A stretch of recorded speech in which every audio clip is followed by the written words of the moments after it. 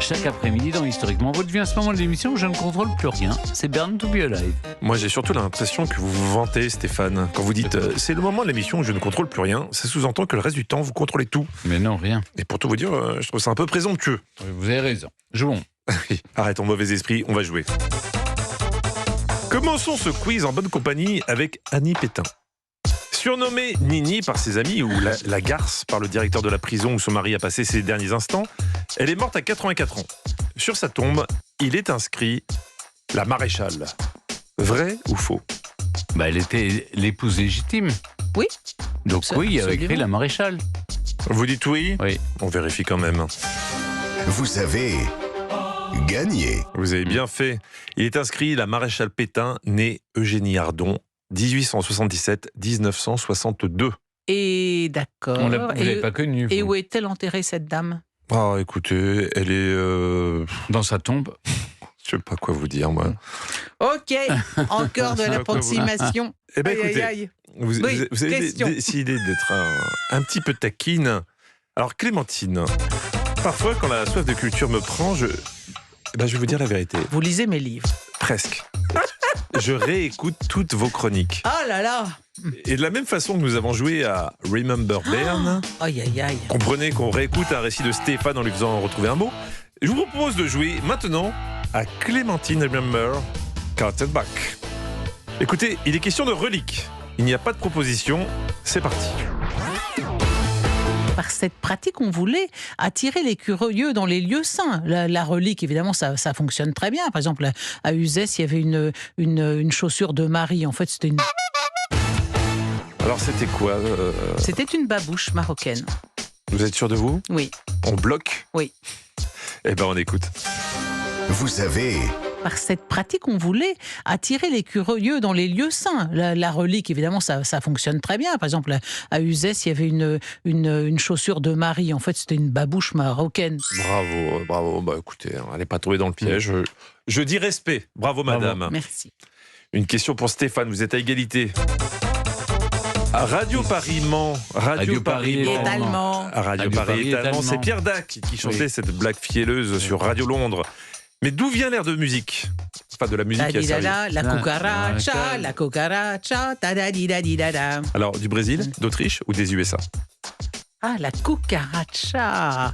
C'est trop simple, ça serait trop simple pour simple. être du Brésil, vous croyez pas, Stéphane? Des États-Unis ou Autriche, de ça pourrait être bien. Autriche. Autriche. Cucaracha. C'est une célèbre chanson dans autrichienne. La cucaracha. Non. Bon, On reconnaît C'est bien. le Brésil. écoutez, bon. C'est le Brésil. Brésil. Brésil. Alors, on part sur le Brésil. Brésil. Vous avez encore gagné. Du Brésil. Ah, fallait aller au Oui. plus On écoute simple. la musique.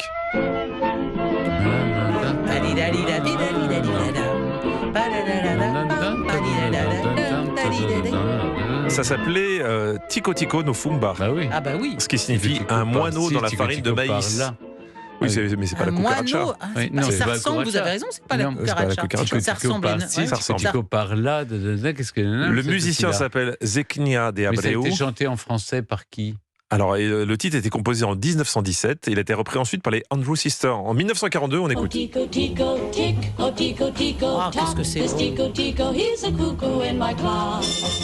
chanson, c'est bien ce que je disais, a été reprise par Dalida. Tico Tico par-ci, Tico Tico par-là. Dans tous ses vies, on n'entend plus que ça. Il passe par ici, il va passer par-là, comme il est beau dans son costume de gala. C'est fort bien parce que vous le chantez comme un récit. Et j'étais dans l'histoire. Il passera par ici, il repassera par là.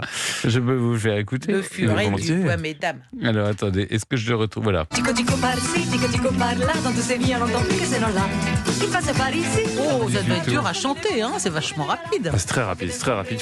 Il faut du rythme. Une question pour vous, Clémentine.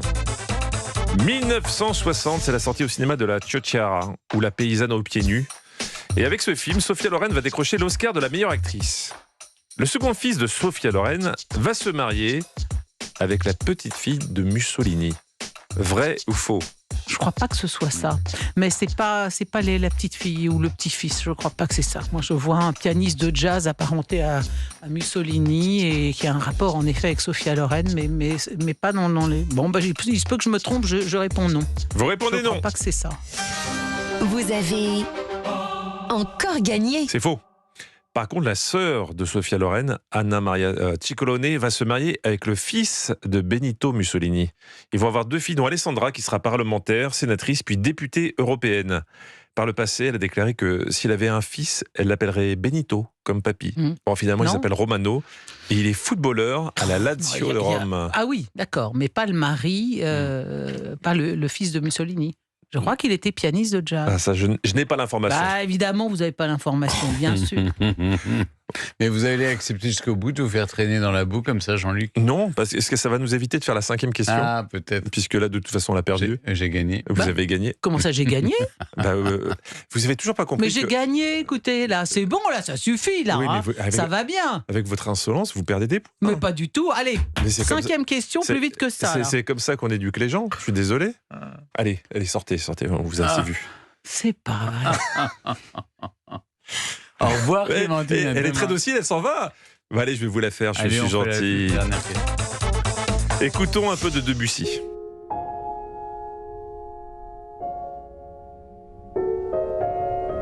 Clair de lune de Debussy.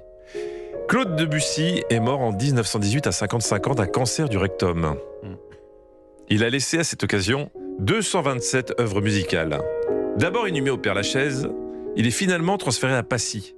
Que s'est-il passé le lendemain de ses obsèques? Plusieurs propositions. Sa fille est morte. Et 1 an après, jour pour jour, c'est sa femme qui disparaît. L'église où a eu lieu ses obsèques a été bombardée. 37 œuvres de Debussy ont été perdues à jamais dans un incendie où Charles Aznavour commençait le même jour une tournée Moi, d'adieu. j'irai incendie. Hein. Moi, je dirais- Les œuvres ont été perdues. Si vous me laissez même pas faire les vannes à la fin et que vous parlez dessus, c'est dommage. Hein. Il y a des choses- Alors, Charles Aznavour, quoi, Charles Ouais, laisse Aznavour? tomber, c'est pas grave. Alors, vous Non. avez dit quoi? L'église a été bombardée. Moi, j'ai L'église. dit ces œuvres ont été 37 œuvres ont été perdues. Eh ben, c'est Stéphane qui a gagné.